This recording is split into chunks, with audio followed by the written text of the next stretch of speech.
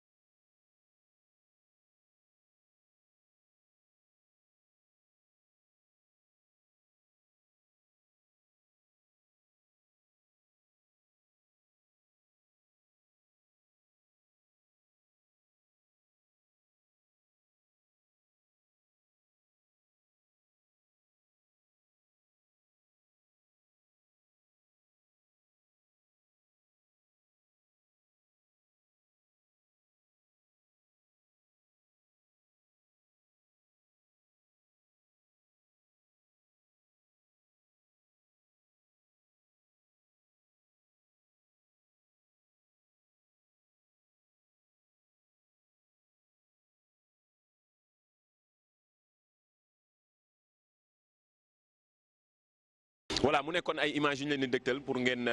gis ni ñu nekkee fii ci Caire balaa ñoo tàmbale waxtaan bi di tàmbalee ak Idrissa Sané bu Observateur Idi maa ngi lay nuyu. maa ngi lay nuyu Ndiaye maa ngi nuyu mbokk waa Sénégal ñi téléspectateur u TFM yi di leen dalal jàmm fii ci Caire waxtaanee rek qualification Sénégal bi. Pape Lamine mi nga dendal maa ngi koy nuyu di sama grand moom jàpp bu baax ci suñu liggéey. Pape Lamine maa ngi lay nuyu. maa ngi lay nuyu Mamadou di nuyu ñu ma bokkal plateau bi Bakary Cheikh Tidiane et Idrissa di nuyu également tous les téléspectateurs de la TFM. merci beaucoup moom Pape Lamine Ndour maa ngi koy nuyu bu baax nekk sama grand boo xamante ne bokk na ci ñu formé ci métier bii ñu nekk Cheikh Tidiane maa ngi lay nuyu. maa ngi lay fay Ndiaye. moom yow dama la teel a yee tey woo la nga ci gis nga ci plateau bi nii ngay bindee sa papier bi war a jàll ci rajo bi. gis nga c'est peut-être le sacrifice à consentir parce que xam nga ni moom boo xasee ba ñu Coupe d'Afrique des Nations daanaka daanaka nelaw yi doo ko mën a def ni nga ko bëggee donc du coup on se réveille très tôt le matin pour essayer quand même de faire des papiers yi nga xam ne mën a jàll au niveau de la radio donc ba nga ma yee sax fekk na ma yeewu bi. mu ngi noonu mu ngi noonu tey dama la teel a waaxu dama ko teel a Bakary moom sax du nelaw moom foofu. non man damay nelaw de c'est vrai que maa ngi leen nuyu Mamadou di nuyu sama naataangoo yëpp Pape Lamine Ndour sama xarit la bu sëkk nañu liggéey wax nga ko si njëlbeen bi ngay doore sa waxtaan bi ku xarañ si liggéeyam la donc ñu ngi rafetlu teewaayam bi fii di nuyu sama rakk ji Idrissa Sané ak sama xaritu Cheikh Tidiane Diagne waaw ay xarit lañu wax dëgg yàlla di nuyu mbokk téléspectateur groupe Futur Média yi bu rajo télévision Futur Média yëpp. dañuy delluwaat stade démb ambiance avant match démb supporters yi mais surtout dañoo amoon ay supporters vraiment yu exceptionnel après juste après match Côte d'Ivoire Namibie gis nañ Ivoiriens yi ñu doon poussé Sénégalais yi jàppale leen daje nañoo ñoom ci entrée stade bi juste seen match bi mu jeexee ni ñu doon ñaaneele Sénégal mu am ndam mën nañ seetaan image yi te ñëwaat. Alors, comment vous trouvez l'équipe du Sénégal? Le Sénégal, c'est une très grande équipe. Pour moi, aujourd'hui, Sénégal 2, Kenya 0. Oui. Voilà, un but de Sadio Mané, un but de Sénégal, moi je donne Sénégal 3. Merci. Kenya 0. 3. Kenya, arrête nos pays. Allez, dégagez. Allez, merci. Ouais, on dit quoi pour le Sénégal? Non, le Sénégal va battre le Kenya, elle va se qualifier. Ouais. Non, soutient le Sénégal gagne tout à l'heure. Ouais, on vient de battre dessus dans la Namibie 4-0. Et le Sénégal s'est qualifié. Moi, je suis ivoirienne. Le Sénégal, c'est nos parents. Vous allez faire 3-0 tout à l'heure. Merci, Je merci. vous donne ma parole. Amin. On soutient le Sénégal, ça a demandé. Merci. Vu que le cas, nous attendons qu'on est obligé de partir. Sinon, il y avait envie de regarder le match du Sénégal. Ouais. Bisous à vous. Merci, merci. L'équipe du Sénégal de Sadio Mané, oui, très bon, très bon aussi. Je pense qu'aujourd'hui, Sadio Mané va faire quelque chose aujourd'hui. Inch'Allah. J'ai confiance en cette équipe-là, très bien. Le Sénégal, la Côte d'Ivoire, la Guinée, c'est mon pays. Et l'Égypte de Mohamed Salah, parce que je suis là. Ok, Naby Keita. Alors bébé, tu dis quoi? Oui, il faut dire on a gagné 4. Maman, il faut dire on a gagné 4. Elle est Sadio fatiguée. Mané et Naby Keita et Mohamed Salah, c'est des frères. Bonsoir la Guinée, le Sénégal, la Côte d'Ivoire. Nous sommes de cœur avec eux. Que Dieu les bénisse, que Dieu les donne bonne chance ici de remporter cette coupe. Merci beaucoup. Merci. Mbak Seril Touba. Mbak Seril Touba.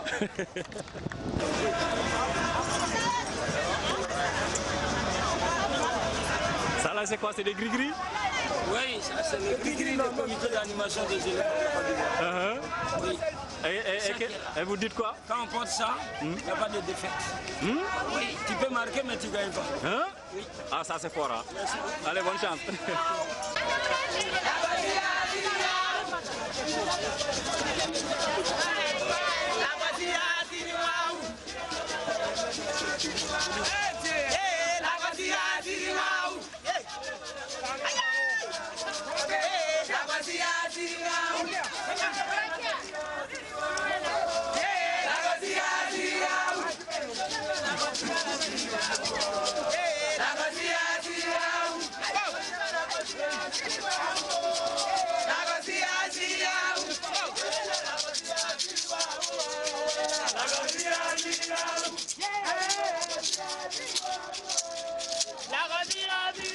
naka la. Mohamed Laye Dieng. yow nan nga gisee match tay bi. waaw match tay bi xanaa ñu war a mën a téye Kenya dóor ko dóor yu métti parce que comme dañ ne Sénégal mooy favori Coupe d'Afrique du yoon muy nekk di négocier sax da war a ñëw premier mi-temps régler match bi ñu jëm. aussi tamit ñuy ñaan suñu joueurs yi ñu xam ne ay gaynde lañ duñu ay muus ay gaynde lañ nañ rayante si biir terrain bi bu ko jaree nañ fa bàyyi suñu bakkan ñun ñëpp ñu gagné coupe bi affaire jeex quoi. mais lu tax Sénégalais gaaw a découragé gaaw a bàyyi dama sentir ni supporters yi sax dafa mel ni dañoo bàyyi. non Sénégal gagné du topp Sénégal ok merci. non xam nga dañuy yàgg wax ne Sénégal mooy favori Sénégal favori la bu ñu demee dañuy ñàkk donc ku yàgg ñàkk nag foo nga xaddi ku yàgg ñàkk foo nga xaddi loolu rek la mais du question ne dañoo gaaw a xaddi wala mais xam nga rek ku yàgg ñàkk daal moom mooy loolu noonu. mais d'accord mais loolu supporter dama sentir ni maanaam Pastef bi ñu amoon di ñëw comme la fois passée premier match bi deuxième match bi yoon dafa xaw a des parce que dafa mel ni ñàkk bi ñu ñàkk contre Alger dafa xaw a wàññi. non étudiants yaa ngi fi. étudiants yi. mobilisé nañ 500 étudiants. wala 500 sénégalais yu nekk si dëkk bi ñu ngi fii si biir stade. c'est que nag dafa nekk ni xam nga nit mënoo nekk di supporter di yëngal si kaw gars yi di loxal si suuf mënul nekk bu affaire bu ñu bëggee mu ne dañuy yëngal si suuf ñun ñuy yëngal si kaw waaw Sénégal jëm kanam. d'accord ñaata nga bii nga gis tey. non tey moom bëgg naa ñu door 2-0 yu gaaw première mi-temps. waaw bëgg naa nag Sadio Mané mu dimbali ñu quoi Sadio Mané nañu dimbali. réglé ñu suñu affaire parce que boo génnee fii nii ñun ay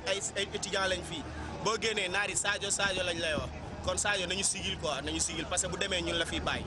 voilà. noo leen fas yéene doxalee ci kaw tey. non déggoo li ma la ñun dañuy yëngal ba mu jeex tag dañuy yëngal 90 minutes. waaw dañuy yëngal 90 minutes di ñaar rek gars yi nañ yëngal si suuf affaire yi neex quoi. Un mot pour le Sénégal. Pour le Sénégal. Oh, c'est le Sénégal. Sénégal, mes amis sont sénégalais. Hein? Je vis avec des Sénégalais. Allez, on va supporter les Lions. Ouais. Oui, on supporte les Lions. On supporte les Lions. Aujourd'hui, c'est pas question de prier, mais le Sénégal est déjà gagné. Amin. Merci. Entre les mains de Dieu. On merci. voilà mu nekkoon image yi nga gis supporters ivoiriens yi démb ni ñu doon ñaanalee Sénégal avant match bi mu nekkoon match bu am solo ñenn ñi sax seen pronostic dañ ko réussir ndax 3-0 la ñu waxoon Sénégal gagné na 3-0 Pape Lamine bu ñu ñëwee ci match bi mu nekkoon match bu décisif la waaye démb avant délibération premier mi-temps bi vraiment bloc bas bi nga xam ne équipe keñaan bi def na ko xawoon nañu sonal trop malgré penalty bi ñu raté première période gis nga bi ñuy dem mi-temps 0 but partout. waaw xam nga match moom bu nekkee les deux équipes sont dos au mur parce que Kenya tamit mi ngi woon dos au mur da doon chercher match nul bi pour essayer qualifier Sénégal également da doon chercher nul bi ou victoire bi pour qualifier ils vont pas prendre de risques dañuy ñëw durant le premier quart d'heure ku nekk xool sa morom lu mu andi mais Kenya xamoon na ne moom lu ko arrangé woon mooy former un bloc bas avec deux lignes défensives boo xoolee ils étaient 8 derrière plus le gardien ils étaient 9. Resserrer un peu les lignes pour ne pas aider le Sénégal à jouer dans les intervalles. Moo tax boo xoolee le jeu du Sénégal était un peu poussif les Lions étaient en mode ronronnement dañ doon essayer c'était un peu lent. Lenteur boobu noonu c'était une stratégie également de ne pas se précipiter pour subir beaucoup de pertes de balles. Moo tax ñu doon jouer à toi à moi pour mën a étirer un peu les lignes kenyanes pour mën a jouer dans les intervalles. Boo xoolee bu ñu amee la première occasion boo xam ne Idrissa Gana Gueye la bu muy dóor ci góol bi boobu noonu il a fallu qu'on change de jeu qu'on passe du côté droit au côté gauche boobu fekk na ligne distendue pour Idrissa Gana Gueye mun a am ouverture brèche boobu noonu même sur le penalty de Saliou Ciss boo xoolee ci profondeur bi la ñu introduire le marquage était un peu en retard si la ñu mën a am penalty bi bon premier mi-temps bi Sénégal géré na ko avec ses qualités c'est de ne pas perdre la balle aussi vite Sénégal xoj na équipe adverse bi parce que le Kenya n'était nullement dangereux à part une frappe qui est survenue ay 65e minutes yooyu après juste le but du Sénégal deuxième mi-temps bi xam nañ ne il faut mettre le turbo pour essayer de prendre par la gorge les Kenyans c'est ce qu'ils ont fait et sur je dirais un exploit personnel de Ismaïla Sarr parce que c'était pas un but facile à marquer amorti de la poitrine enchaînement frappe loolu il fallait le faire l'essentiel est de gagner ces 3 points là ils l'ont fait avec une certaine maîtrise quand même tactique ils n'ont pas été bruyants ils ont respecté les principes de base et c'est ce qui est important quand même. Oui ce qui est important mais beneen damay delluwaat tuuti ci avant match bi Bakary démb match bi li ñu gisaat coup tonnerre bi mën nañu jàpp loolu mooy blessure Edouard Mendy nga xam ne dafa bokkoon ci 11 yi mu blessé Gomis ñëw remplacer ko mën nañu wax ni loolu moo nekkoon tâche li ñuul doon ñuul démb ci match bi. fausse note match bi parce que Edouard da doon échauffé wu ak Tony Silva. malheureusement fracture la dañ ko confirmer effectivement fracture la du doigt la am quoi bon waaw mën nañ jàpp ni moom compétition am jeex na loolu la et je pense que Pape Lamine wax na ko si déroulement match bi. man à la base dama ne woon bu Sénégal bu mënuloon gagner Kenya vraiment je pense que amuloon place am fii quoi parce que Kenya bu ñu ñëwee à la base commencé avec 5 défenseurs donc ils ont déjà montré leurs arguments c'est-à-dire ñun ñëw nañu pour bañ a football dañuy ñëw pour défendre donc aux Sénégalais de trouver la parade bi leen di permettre ñu mën a dugal benn bi mais je pense qu'ils ont vraiment pression bi graaw na trop xam nga nit ñi sonoon nañ quoi franchement xam nga li ma la parce que vraiment dafa yéexoon te man li ma comprendre si football si système Aliou Cissé bi mooy genre kick and rush la doon laaj défenseur mi da nga gis kenn benn Cheikhou Kouyaté wala Kalidou Koulibaly bu ñu turee rek deuxième intention c'est-à-dire les Sénégalais jouaient sur le deuxième ballon ils mettaient à profit la pointe de vitesse de Sadio et de Ismaïla mais je pense que après deuxième mi-temps la ñu comprendre ni dañ waruñu woon yàkkamti quoi au fait te aussi je pense que c'était l'occasion pour Aliou Cissé mu mën a résoudre le bloc bas parce que Aliou Cissé tout son problème c'est le bloc bas Demba joueurs yi ils ont pris le temps de donner les ballons et d'exploiter les intervalles te exploitation intervalle boobu nag moo tax le Kenya à un moment ils ont failli se découvrir mais heureusement que le Sénégal ils étaient tombés dans le panneau du Sénégal sur un centre de Sawaay nu mu tuddati encore Lamine Gassama et Pape la wax na ko exploit individuel là parce que le ballon a été dévié par le portier Ismaël a contrôlé ko par la poitrine dugal donc loolu moo débloqué suñu contre bi et je pense que loolu tamit lu intéressant la parce que on va pas contre l'Ouganda nag du ñu am genre match bi te xam naa ne dañ ciy egg incha allah. waaw ñu jël café gi come on thank you nii la comme dañ leen wax rek nii la dañuy def émission di naan suñuy café di naan suñuy jus fii ci hôtel bi. lii dina permettre gars yi yeewu waaw. juice yeah. No coffee, juice. Coffee. jëlal bi kon man noonu naa ma ko. Non coffee. Ok. Thank you. Thank you. Voilà Cheikh bu ñu ñëwee ci 11 bu bees bi 11 bi dem Aliou Cissé changé waat 11 am gis nga ci 3 matchs yi yëpp dafa changé 11 blessures yi bien sûr mais dem Henri Saivet mën nañu wax Gassama ak Saliou Ciss mu nekkoon seen première titularisation démb noo leen gisee ñoom. Alors xam nga on a tout le temps en tout cas dit que cette équipe du Sénégal dafa am ay joueurs yi nga xamante ni mën nañu gagner mais aussi jouer bien au football yàgg nañ ko fi wax parce que c'est vrai que à chaque fois le Sénégal da daan gagner ay matchs am par moment disons de manière très positive te boo xoolee Aliou Cissé dans ses précédentes déclarations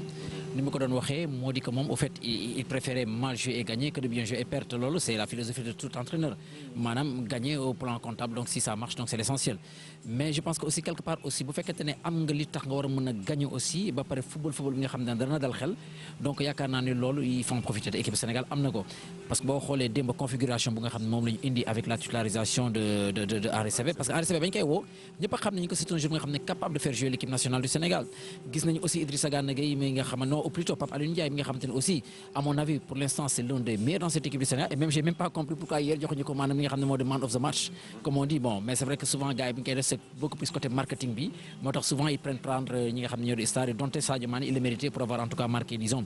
ces 2 buts mais l'un dans l'autre quand même mën nañoo jàpp ni que démb il y a eu un mieux parce que contre Tanzanie c'est un peu poussif on a gagné contre l'Algérie c'est vrai il y a eu une équation tactique nga xam ne algérien teg nañu ko on a été pratiquement incapable de développer notre jeu donc démb gis nañu avec la titularisation les changements qu'il y a eu l'arrivée de Saivet de Ciss et de Gassama mi nga xamante ne ñoom tamit ils étaient à la percu à la menace et tout donc on a vu une équipe du Sénégal bi nga xamante ne joueuse bi nga xamante ne dalal na xel yi quand même ça il faut le reconnaître donte on me dira que c'est le Kenya mais au-delà du résultat man li nga xamante moom laa gën a mën a jàpp li nga xamante ne dal na mu xel li mooy maanaam projet de jeu bi parce que gis nañu que équipe Sénégal gi am na lu war a mën a tax ñu jouer donc Henri Saivet wane na ko ñi nga xam ne wane nañ ko donte Égypte li nga xam ne comment ça s'appelle Kenya ñëw nañu indi li nga xam ne moo di bloc bas mais le Sénégal a été patient dañu téye bal bi léeg-léeg bu laajee ñu digal ko bu laajee ñu accélérer le jeu ñu accélérer ko c'est vrai que c'était un peu poussif en première période mais en seconde période bu ñu ñëwee gis nañu que les gens ont davantage réussi à mettre de la profondeur dans le jeu du Sénégal et à partir de ce moment la ñu commencé am yenn occasion de but yi et finalement le but est arrivé et je pense que ba but bi ñëwee forcément Kenya yi dañuy génn donc ils étaient obligés de sortir donc bu ñu génnee avec des flèches comme Sadio Mané forcément sur le paykage te gis nañ que c'est l'une de ces occasions benn duel entre moom ak benn défenseur il a été plus rapide et plus alerte donc il est parvenu à mettre ce deuxième but qui a mis donc disons définitivement le Sénégal à l'abri d'une mauvaise surprise. alors waaw man su ma xalaat ci match bi mooy match bu baax le Sénégal def quand même parce que bon on savait tous que Kenya day ñëw taxaw xaar la parce que moom it aussi avec un match nul il pouvait se qualifier. donc ci loolu équipe yu joué ak Aliou Cissé yëpp ak équipe Sénégal yëpp xam nañ ni attaque au Sénégal dafa 10 donc à chaque fois pour football ak Sénégal boo si bëggee génn tu mets le bloc bas comme ni ko gars yi waxee sànq xam nga sama technicien yi moom bu ñu fi jaaree ba noppi daanaka du ma am lu ma wax si bloc bas bi quoi mais lu am solo ba am solo mooy réaction bu ñu mën a am après. parce que boo defee benn mi-temps boo xam ne bi équipe Kenya bi daf la sëqatal fàtt trou yëpp nga am benn penalty boo raté normalement boo amul mental doo ñëwaat quoi mais bon gis nañu équipe Sénégal bi am na réaction comme on dit ci deuxième mi-temps bi ñëwaat nañu dugal benn bal mu gën a libéré ah donc bi à partir du moment bu ñu dugalee sunu premier bi defe naa ci laa gën a gis sax jeu au Sénégal ci lañ gën a tey teg bal bi di jouer.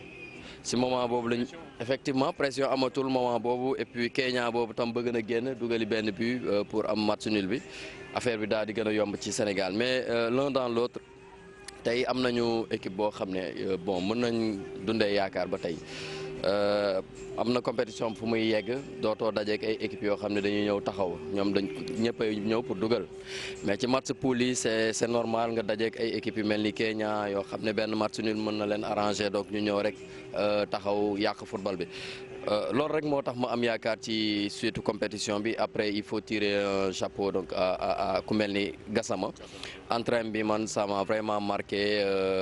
démb la commencé compétition mais gis nañu engagement ba mu ci def ak Kouyaté mi nga xam ne démb aussi il s'est retrouvé finalement ci défense équipe du Sénégal bi voilà. Cheikhou Kouyaté démb gis nañ taxawaay bi mu am te aussi ci défense bi beneen solo li nga doon wax loolu ci la ñuy jëm muy Sadio Mané homme du match de 2 matchs 2 buts déjà il rejoint Salah ci nombre de buts c'est bon pour c'est bien pour lui mais il avait même la possibilité de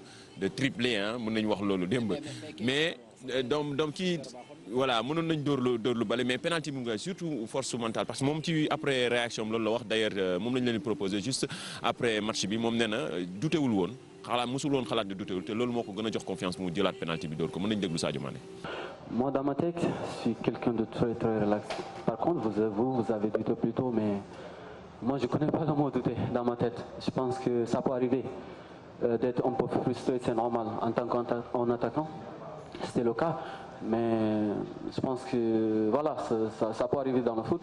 de rater un penalty, mais je pense qu'après le plus important c'est la réaction. Et je pense que en tant qu'équipe on a bien réagi et on s'est créé pas mal d'occasions. Et aussi je pense qu'on mérite de gagner ce soir, même si au début de match ça n'a pas été évident pour nous, c'est tout à fait normal parce que c'est une équipe qui court beaucoup et une équipe qui était bien en place. Et bien sûr il veut se qualifier pour le second tour, donc il ne faut pas penser que ça aurait été si facile.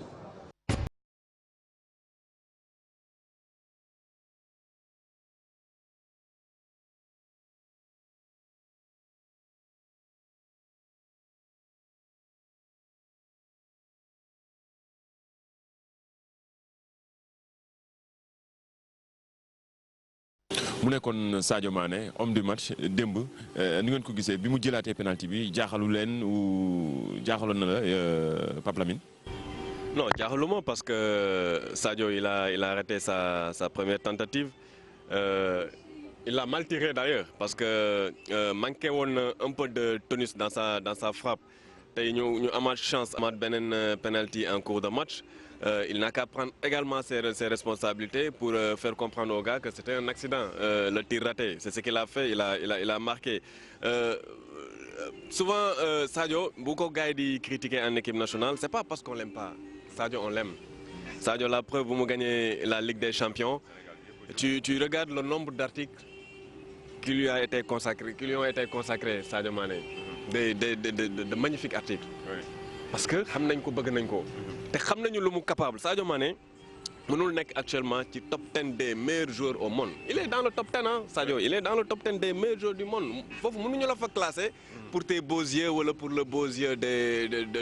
d'avoir la nationalité sénégalaise c'est parce que tu as des qualités énormes pour se hisser dans ce top 10 là maintenant si nous journalistes ou bien le public sénégalais bon je dirais pas critique un peu Sadio Mané c'est pour fouetter son orgueil loolu noonu gis nañ ne il veut faire quelque chose dans cette CAN-là. Il veut faire quelque chose dans cette CAN. Et il a envie de le faire. Contre la Tanzanie, la preuve, sur les 15 premières minutes, il a été l'homme le plus dangereux de cette équipe du Sénégal. Hier également, on a senti cette disponibilité de Sadio à aller chercher le ballon, à créer le surnombre, à essayer d'éliminer son vis-à-vis, à trouver les failles. C'est ce qu'on aime voir chez Sadio Mané. Et il a le talent pour le faire. Donc, moi, je ne doute pas de ses qualités. Moi, je n'ai jamais douté de ses qualités. Et je ne douterai jamais de ses qualités. Mais quand même, on a un droit de regard sur ce qu'il fait. Le droit de regard sur ce qu'il fait, on lui dit, mais écoute, Frangin, il faut élever ton niveau de jeu. Parce que Sadio, pour élever son niveau de jeu, il n'y a aucune défense ici en Afrique qui peut tenir Sadio Mané. C'est impossible. Mënul nekk. ñu ñëwee ci Sadio Mané démb yow bettoon na la wala yaa ngi doon xaar mu jëlaat penalty. Bon, comme j'ai eu le même sentiment que Pape, parce que man jàpp naa ni effectivement moom moo nekkoon tireur numéro 1 Aliou Cissé wax na ko si conférence de presse bi nee na mais bëgguloon mu tirer deuxième penalty bi parce que dafa bañoon mu am déception ratée xam nga li ma la donc mu yàq matcham mais je pense que Pape wax na ko Sadio man jàpp naa ni première penalty bu mu raté y a ce manque de concentration déjà bu mu jëlee bal bi rek da ngay sentir ni il n'était pas concentré lan moo tax xawma dafa xeeboon góol bi xawma mais comme Pape ni mu ko waxee aussi je pense que aujourd'hui il faut que ñu xam ni Sadio mooy l'élément dangereux du Sénégal, l'élément numéro 1 sur le plan offensif. Tous les regards sont braqués sur lui. te observateurs yi yëpp nangu nañu ni Sadio bi mu nekkee équipe nationale ba léegi depuis le mois de mai 2012 ba léegi il n'a pas été aussi tranchant que nu ñu ko doon xaar. Si les Sénégalais sont vraiment durs avec lui, critiques avec lui, c'est pour son bien. Ce n'est pas pour ses beaux yeux qu'il est arrivé aujourd'hui, qu'il porte le numéro 10, parce que ñu fi nekkoon yëpp xam am nañu fi ñëwoon jaar ku nekk bee sa waar dem donc moom moo war a xam ni. Effectivement joueur boo nekkee leader da ngay toll foo xamante ni vraiment xam nga da nga koy wone le ballon man dem ba li ma ko mënul baal mooy le fait qu'il n'était pas concentré de deux bal bi bu mu koy dóor xam nga li ma la c'était sans conviction. Quoi que l'on dise xam nga wax tamit dëgg bu jotee dañ koy wax xam nga li ma la c'était sans conviction et moom xam naa ne ku ko laaj da leen naan effectivement c'était sans conviction ça arrive. Maintenant deuxième penalty bu mu raté bu mu dugal plutôt. Loolu risque la woon xam nga li ma la c'était bien mu jël ko pour montrer aux gars c'était un accident de parcours premier penalty bu ma raté donc ñëw na assurer dóor dugal mais à sa place j'aurais donné le ballon à Mbaye Niang xam nga parce que Mbaye Niang il a fait des tentatives il a essayé il n'a pas marqué il doute depuis 3 matchs donc à sa place j'aurais donné à Mbaye Niang le ballon comme ça mu dugal ko xam nga li ma la mu ñëwaat ci compétition parce que Mbaye Niang ba léegi il n'est pas dans la compétition psychologiquement il n'est pas bien. Ouais Mbaye Niang surtout coach bi di insister c'est parfois tamit c'est bien ñu nga gis joueur bi nga xamante ni gis nga ni il n'est pas dans la compétition depuis premier match yi mu raté occasion yi mu raté c'est bien parfois nga koy joxaat confiance pour muy gën a dugg ci compétition bi. Pour en revenir donc à Mbaye Niang man bokkoon naa ci ñu gëmoon ni. Par rapport ak match démb bi waroon nañ ko mën a titulariser parce qu'on l'a vu sur 2 matchs il a été assez transparent et beaucoup ont pensé que waroon nañ ko mën a génne pour mettre quelqu'un d'autre te dans de telles circonstances boo ko tegee ci banc bi rek tu le casses définitivement il n'est plus dans la compétition donc je pense que loolu c'est une question aussi de management et d'approche on l'a vu hier il a tenté des efforts et tout mais ça n'a pas marché parce que si quelque part boo xoolee Mbaye Niang pendant tout le match ou pendant les matchs qu'on a eu à jouer souvent bal yi dañ ko jox dans des conditions optimales ay balu combat la dañuy jël bal bi rek jol ci kaw mu dem au charbon xeex les gars yi bon escalier ko nangu bal bu des trucs comme ça moi je pense que war nañu mën a xoolaat peut-être que dispositif bi nga xam ne nañu teg autour de Mbaye Niang qui a priori est notre goléador donc pour que mu mën a def cette différence et comme l'a dit Bakary peut-être que penalty bi Sadio Mané avait besoin peut-être de se réconcilier avec le public sénégalais parce que dette la bi nga xam daf ñu ko amee doon parce qu'il y a eu un précédent au Gabon contre le Cameroun en quart de finale de Coupe d'Afrique des Nations on avait eu un penalty bi nga xam ne ba mu ko raté xamoon nañu conséquences yi te boo xoolee le premier penalty qu'il a tiré hier c'est pratiquement disons de la même façon que contre le Cameroun il y a quelques années au Gabon jël na ko dóor na ko sans conviction et même le terme que j'utilise mooy avec une certaine désinvolture parce que xam nga nit boo jàkkaarloo penalty en fait c'est maanaam c'est psychologique. Le meilleur joueur au monde peut rater un penalty mais tout dépend ci manière bi nga xamante ni noonu nga koy rater donc du coup ba ma koy rater instant boobu c'était à un moment plus ou moins décisif de la partie parce que déjà le match bien ngi dem les gens commencent à douter et ainsi de suite donc bu ko dugaloon xëy na sa seconde période dina gën a mën a yomb ci Sénégal mais yàlla dogal na ni raté na ko et à la fin à la mi-temps man seetlu naa ko ba muy dem bay rejoindre vestiaire gis naa ko mu ñëw taxaw ak Idrissa Gana Gueye kooku am lu mu wax ak moom mais boo xoolee moom si jëm bopp sax moom moo doon galvaniser Idrissa Gana Gueye donc Idrissa Gana Gueye dafa doon ñëw pour que encourager donc ça veut dire que moralement il était là très fort ñu ñëw en seconde période le Sénégal qui met un but ensuite mu ñëw dugal benn deuxième but donc ce qui veut dire que boo xoolee affaire bi day changer donc de manque de confiance là il devient maintenant confiant on a une troisième occasion un penalty il a pris ses responsabilités jël ko dóor ko dugal et ça lui fait du bien bu ko raté woon nag xëy na dana ci jëlee safar mais du moment que dugal na ko moi je pense que qu'il est définitivement en tout cas dans cette Coupe d'Afrique des Nations et que par conséquent il doit tirer en tout cas ses coéquipiers vers le haut et qu'il faudrait peut-être tenir un message à l'endroit en tout cas de certains joueurs que sont Mbaye Niang mi nga xamante actuellement il est vraiment en perte de confiance mais néanmoins moi je pense que c'est un garçon nga xamante ni au détour d'un match il peut mettre un but à n'importe quel moment quoi. Voilà. Il peut mettre un but à n'importe quel moment loolu moom c'est Sadio Mané moom la ñuy xaar ci moom di wax ni comme ni ko gars yi waxee rek laay rejoindre vraiment critique yi c'est positif à chaque fois dañuy gën a bëgg galvaniser ko mu gën a am yokk xadar ndaxte actuellement Sénégal dafa soxla trophée te ci moom lañ ko bon ci équipe bi yëpp lañ ko yaakaar mais moom en tant que leader ndax Sadio Mané boo xamante ni comme ni ko Pape Lamine waxee bokk na ci 10 meilleurs joueurs au monde yi te loolu du lu ndaw donc gars yi léegi actuellement match bi pare nañ ci ñu jublu ci match 8e de finale yi vendredi contre Ouganda gis ngeen Ouganda seetaan ngeen match Égypte Ouganda amul benn complexe te Aliou Cissé démb wax na ko d'ailleurs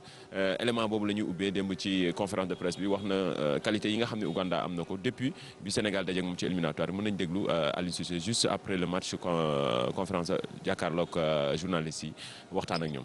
C'est une rencontre de 8e de finale. Là c'est élimination directe. Donc nous savons que c'est une équipe très costaud, l'équipe ougandaise. Je crois que sur ces dernières années, c'est l'équipe qui a moins perdu déjà à domicile. Donc, nous, on les avait joués un match amical avant la Coupe du Monde ou avant de partir à la CAN 2017. On avait fait 0-0 et tout le monde nous disait que c'était une petite équipe. Que c'était pas normal qu'on gagne cette équipe ougandaise. Et j'avais dit à l'époque, attention, parce que cette équipe-là, elle est en train de progresser. C'est vrai, pour moi, j'ai envie de dire que cette équipe a gardé vraiment sa culture africaine, son identité africaine, qui joue vraiment comme de vrais Africains. Donc, c'est une équipe qu'il faut respecter. Mais nous avons aussi des arguments à faire valoir. Je crois qu'aujourd'hui, s'être qualifié en 8e par rapport à ce deuxième match qui a été très compliqué contre l'Algérie, avec tout ce qui s'est passé, tout ce qui a été dit, je crois que nos garçons ont su garder la sérénité pour gagner ce match ce soir. Je tiens vraiment à les féliciter. Maintenant, comme je dis, c'est 4 jours. 4 jours, on sera déjà contre l'Ouganda. Donc il faut se remettre au travail, récupérer rapidement. Si on va aller loin, de toute façon, il faut qu'on fait face à toutes ces équipes-là. Voilà mu nekkoon Aliou Cissé sélectionneur bu équipe nationale bu Sénégal démb la conférence de presse d'après match bi nga xam ne jàkkaarloog journalistes yi waxtaan ak ñoom ci match bi mais aussi ci Sénégal équipe bi mu war a dajal Ouganda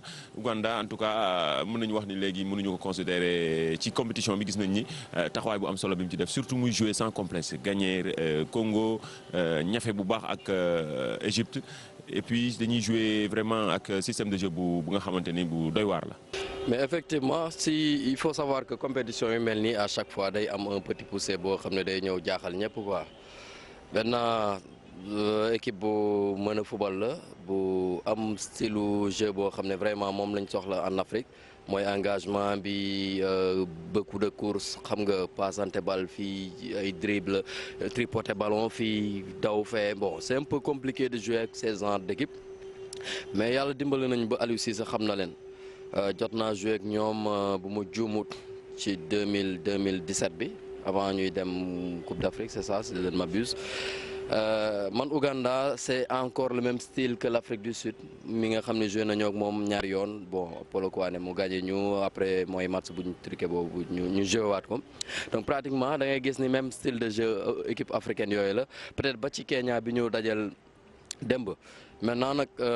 toll nañ ci compétition boo xam ne fii c'est 8e de finale amatul calcul ak yooyu li may ragal rek mooy tout le temps équipe booy joué mu ñëw defal la bloc bas indi la ay problème mais fekk équipe yaa ngi joué nangoo joué contre Sénégal man je suis confiant parce que Sénégal aussi bu amee équipe buy génn di joué bàyyi espace ci ginnaaw donc danay yombal équipe bu Sénégal bi li muy def. Après bon c'est bien bu fekkee aussi da ngay ñëw compétition bëgg ko gagner il faut s'attendre à dajeek équipe yu gën a ndaw yi équipe yu gën a mag yi équipe yu moyen donc il faut nga dem gagner ñëpp. Maintenant nag defe naa dara desatu fi lu dul engagement bu doy ak gën a yokk lu ñu daan def. C'est possible Ouganda ñu génn si après lu ci des lay gën a yomb. Ouganda man li may jot a seetaan seen match ñoom li ñuy def parfois aussi équipe Sénégal dafay am problème boobu ñoom dañoo am 3 attaquants yu nga xam dañ leen di teg ci kaw te ñooñu dañuy étouffer en fait défenseurs yi donc jeu bi dafa nar a nekk ci milieu terrain bi li ma jot a seetaan ci seen match loolu xam naa dina xaw a compliqué lool pour équipe nationale du Sénégal. Ouganda ak Sénégal ñoom laale nañu ba pare def 0-0 boo xoolee Ouganda sax. moo gën a ubbi bëtu les observateurs les journalistes que nous sommes pour pointer du doigt là où le bas blesse c'est-à-dire les difficultés du Sénégal face au bloc bas parce que daf ñu tegal métti au stade Léopold Sédar Senghor ñu def 2-0 après am Guinée équatoriale première journée qualification CAN bi door ko 3-0 mooy lu Idrissa wax Ouganda c'est le même style de jeu que le Kenya qu'on vient de rencontrer c'est le même style de jeu hein amul dara lu ci changé c'est du copier-coller contre l'Ouganda et il faut pas s'attendre également que cette équipe-là sorte pour rivaliser contre le Sénégal ça waay Sénégal amul benn équipe ci Coupe d'Afrique bi sans langue de bois amul benn équipe ci Coupe d'Afrique bi bu mën a rivaliser ak moom pour ci génn rivaliser nii parce que du point de vue potentiel après leneen la ñuy wax mais du point de vue potentiel ça waay. mais justement est-ce que du parfois tamit dañuy wax ni équipe bi dañ ko surcoté trop parfois dañ ko aj trop ba parfois bu ñuy joué ñu gars yi di xaw a am tuuti leen di bett quoi. ko surcoté parce que gars yi dañu seetaan ñu gis ko football finale Ligue des Champions gagné ko gis ku nekk 2e meilleur défenseur de la Série A muy Kalidou Koulibaly gis ñu gagné Coupe de France. mais est-ce que ñaari 4 joueurs yooyu noonu. non on a des world class players ñaar lañu. muy Koulibaly ak Sadio Mané mais non Ghana moi je peux le ranger dans les top players du world class top player la mun naa ko boole foofu Sénégal effectif bu mu am nii tey war na mun a élever son niveau de jeu mais pour dellu ci match contre Ouganda bi dañuy ñëw taxaw xaar duñu football léegi c'est au Sénégalais de ne pas faire de calcul xam ne c'est un match à élimination directe il faut sortir tout ce qu'on a dans le coffre aller chercher cette victoire là amul calcul amul xaar actuellement le Sénégal est dans une phase d'élimination directe il faut que tey hiérarchie bi ñu respecté ko mais il faut pas s'attendre à ce que l'Ouganda cherche à jouer contre le Sénégal xalaatuñ ko sax. day créer surprise loolu la ñuy xool ñoom Ouganda genre équipe yi ñoom comme ni ko Pape Lamine waxee ak Idrissa Sané ñoom même style de jeu la ak Afrique du Sud ak Kenya dañuy ñëw te toog seen i camp wala toog taxaw def benn bloc bas bi nga xam dañuy empêcher Sénégal jouer lu ñu am ñu jël ko te loolu war nañ ko mën a éviter Bakary loolu ñoom tamit même si donc même constat bi nga def comme gars yi et puis même style de jeu la ñoom. man damay poussoir ci kanam du ma yem si juin 2017 bi au mois de juin 2012 daje woon nañu si éliminatoire CAN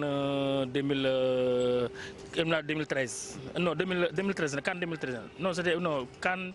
2013 la waaw parce que on avait boobu la waaw impair la woon boobu la sawaay yoroon équipe bi nu mu tuddati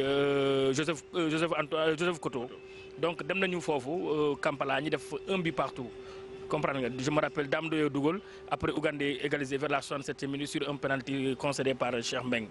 dajewaat nañ tamit Marrakech Sénégal gagné boobu c'était du temps de Giresse 1-0 Sadio Mané moo dugaloon mais ce qui veut dire que déjà l'Ouganda a montré des arguments a fait valoir ses arguments parce que wone nañu Sénégal nii dañuy ñëw teg leen lu métti te pour ngeen génn ci di xaw a métti donc contre Sénégal au mois de juin dernier Aliou Cissé foofu la Sénégalais yi njëkk a gis ni attention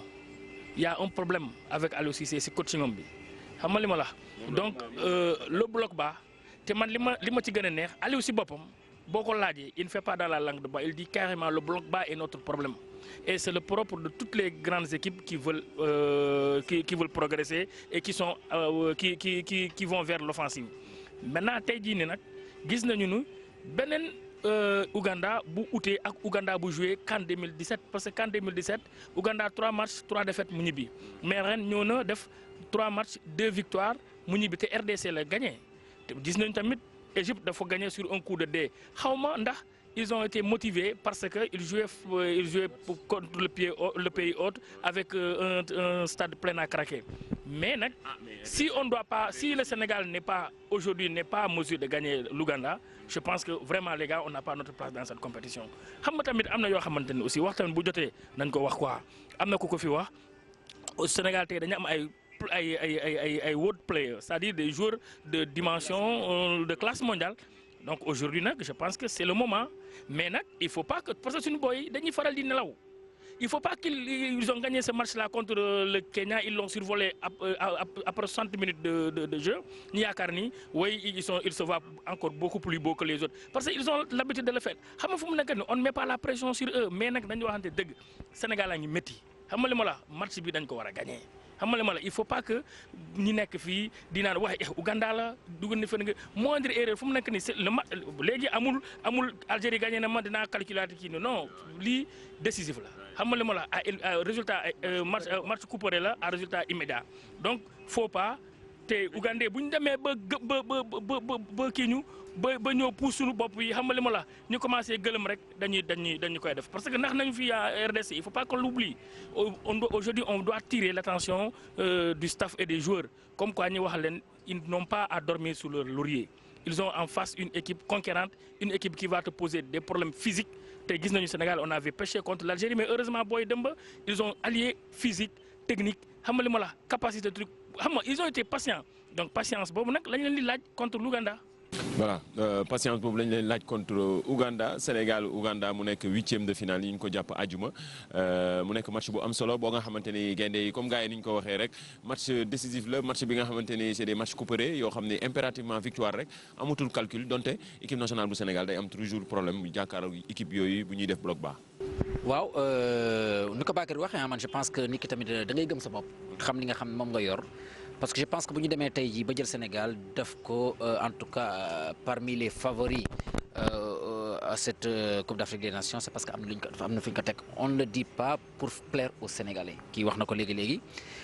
moo di équipe Sénégal boo xoolee lu ko dalee ca góol ba ca attaque ba épine dorsale bi koo fa gis war na mën a jouer dans un grand club au monde te loolu am na ci li nga xam ne moom lañ ko teg si on parvient en tout cas à dire que le Sénégal et la première nation au classement africain am na ci lu ñu ko teguñu ko nii parce que on veut plaire aux Sénégalais donc ce statut là faut ñu assumer ko donc nag un match comme on dit on l'aura jamais gagné tant que joué wuñu ko te Aliou Cissé wax na ko démb en conférence de presse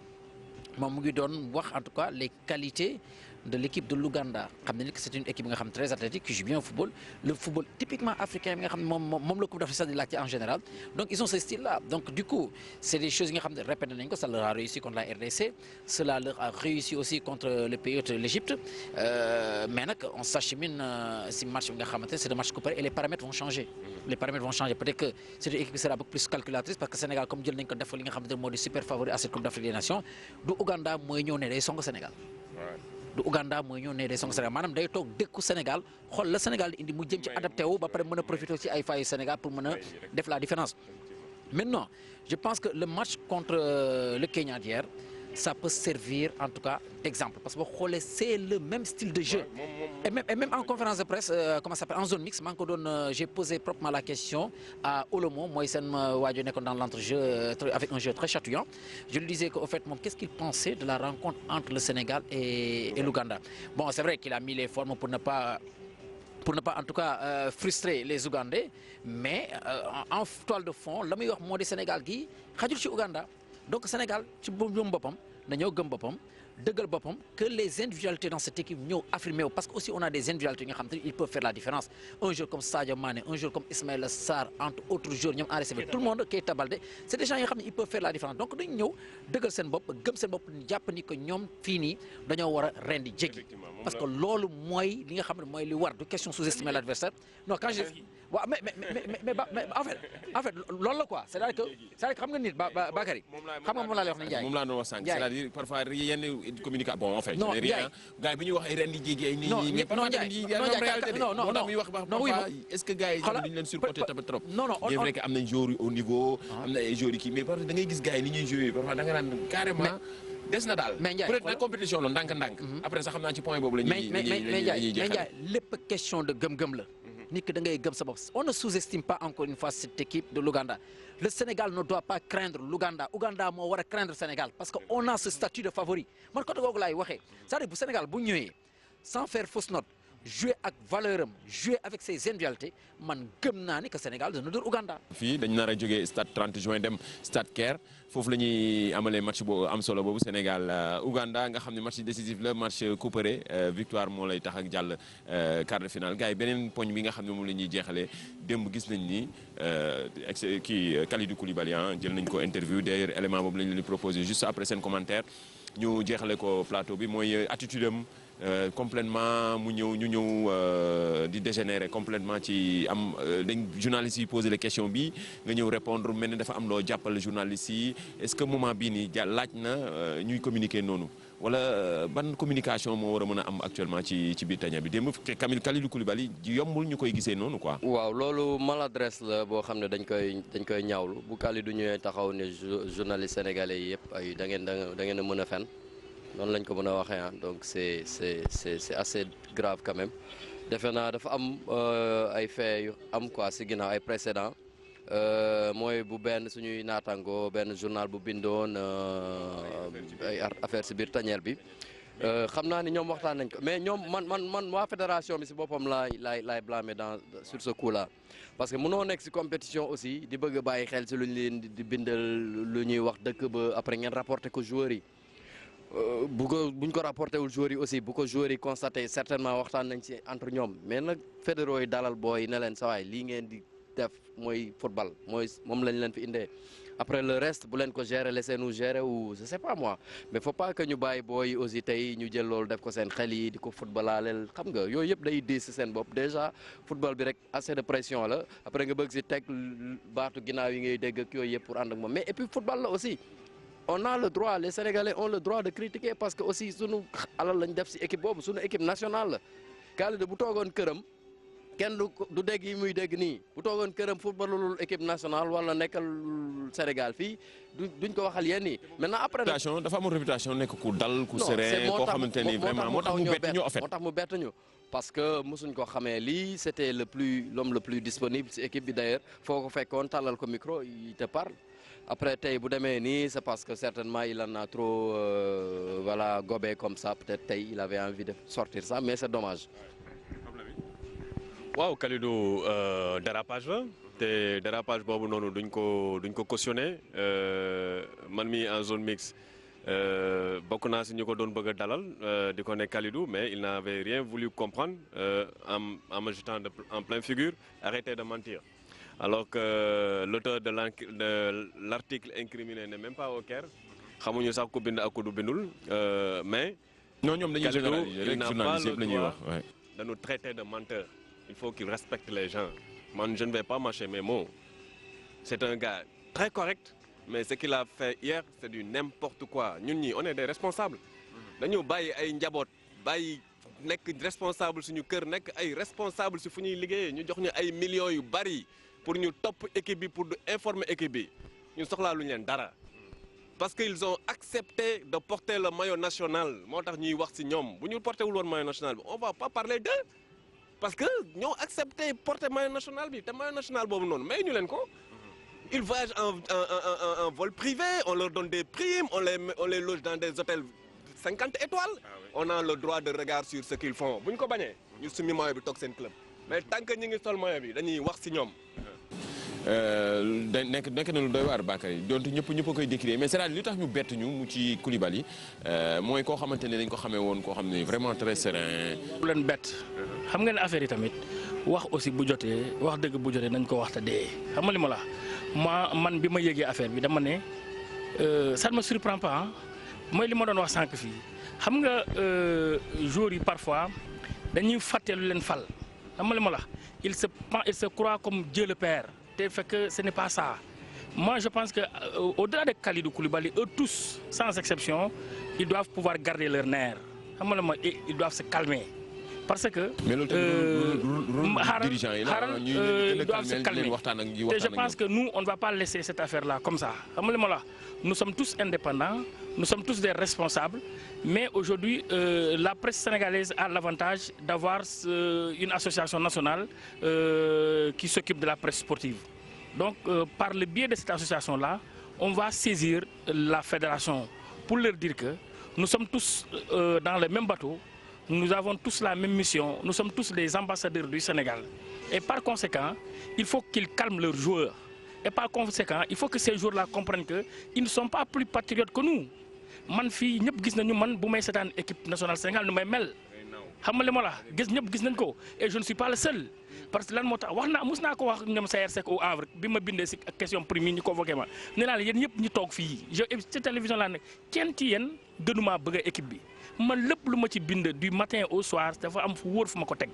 te Pape Lamine l'a rappelé le gars qui a écrit l'article en tant que tel n'est pas au Caire, il fait pas partie des envoyés spéciaux de son journal xam nga li ma la des envoyés spéciaux de la presse sénégalaise. Il gère les faits divers, il a enquêté, il a mené des trucs et tout. Et je pense aussi que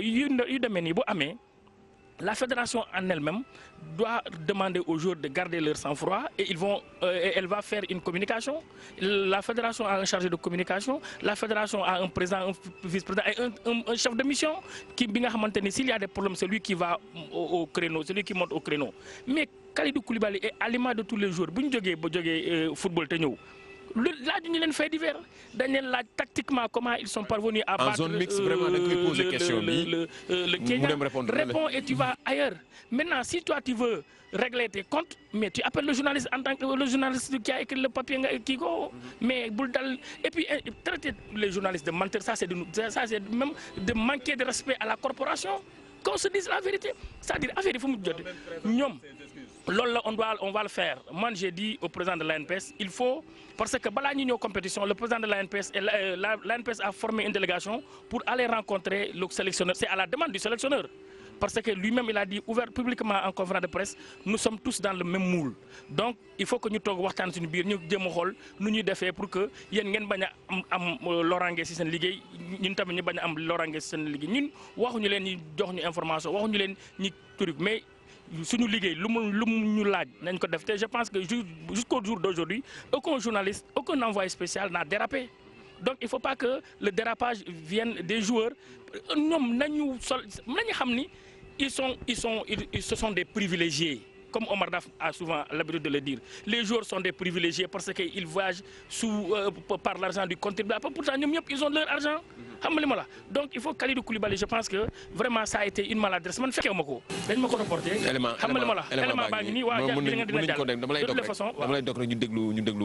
Juste en zone mixte, nous avons Kalidou Koulibaly réagi juste après le match. Il n'y a pas de problème. Je pense que les problèmes, c'est vous qui les mettez quand vous posez des questions, quand vous dites des choses sur l'équipe. L'équipe, elle vit très bien. On a vu que le Sénégal était sous pression. L'équipe du Kenya nous attendait beaucoup. Et je pense qu'il y avait des questions sur l'équipe qui n'avaient pas lieu d'être. Aujourd'hui, on a prouvé à tout le monde que le Sénégal est un grand d'Afrique. On a gagné 3-0, donc il n'y a rien à dire ce soir. On n'est pas revenu plus fort. On n'a pas réussi à marquer ce premier but qui n'a pas réussi à nous libérer. On était aussi un peu crispé par rapport à la pression qu'il y avait autour de l'équipe. C'est dommage que les gens mettent de la pression sur cette équipe alors qu'elle est en train de faire de bonnes choses. Ça fait 5 ans qu'on n'avait pas perdu en match officiel. Et c'était la première contre l'Algérie. On avait l'impression que c'était la fin du monde et ça c'est dommage. Je pense que les Sénégalais doivent être tous ensemble et c'est tous ensemble qu'on ira le plus loin possible. Il faut arrêter de se tirer dans les pieds, tout le temps avoir des choses qui se disent sur l'équipe alors que ce n'est pas vrai du tout. Maintenant il faut qu'on continue. Nous on est concentrés sur nous-mêmes et on va montrer à tout le monde qu'on est des grands d'Afrique.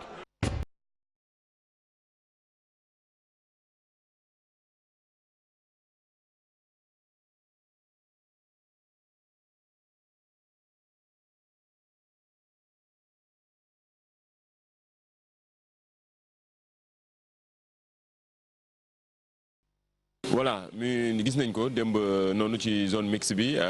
Kalidou Koulibaly donte nag moom à chaque fois am na habitude koo xam nekk koo xamante ni vraiment ci zone mixte dina taxaw jël temps am wax ak journalistes yi yëpp loolu moom dañ ko koy témoigner mais démb peut-être loolu mën nañ jàpp ni erreur la rek et puis comme ni ko Idrissa pour man ni ko Idi waxee mooy noonu les fédéraux yi ñoo war di gën di communiquer ak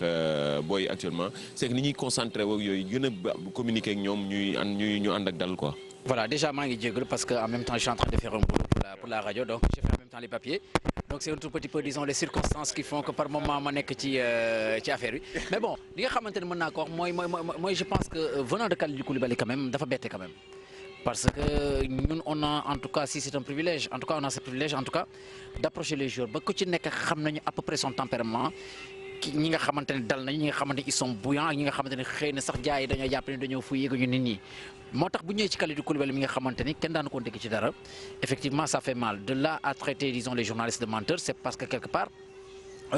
xëy na il n'a pas la bonne information ou alors ni nga ko rapporté parce que tamit quoi que l'on dise ñàkkul y a des gens yi xam ñooy dem di rapporter leen ne woy presse bi nii presse bi là donc par conséquent moi je pense que dafa war a mën a garder li nga xam te boo di sérénité et puis présenter ses excuses hein ça quand même on l'exige parce que boo demee ba ne nit ki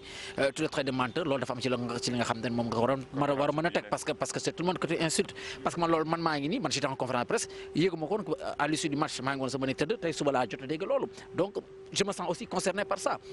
Maintenant li am ba am mooy déjà moom tuité na parce que am na tweet bi nga xam ne def na ko bi nga xamante ni au fait il revenait sur le match pour montrer sa joie il a parlé de l'affection du peuple xëy na avec le recul ba mu demee toog xam ne ni que quelque part am na li nga xamante ni wax na ko te war a ko woon wax et je pense que aussi c'est du ressort de la fédération bi nga xamante ni quand même nañuy fexe ba diggante joueurs yeeg journalistes yi mu doon diggante bu ratax mais boo xoolee équipe bi dañ ko jël bunkeriser ko keroog on a été à l'entraînement du Kenya mais on a eu moins de difficultés Bakary.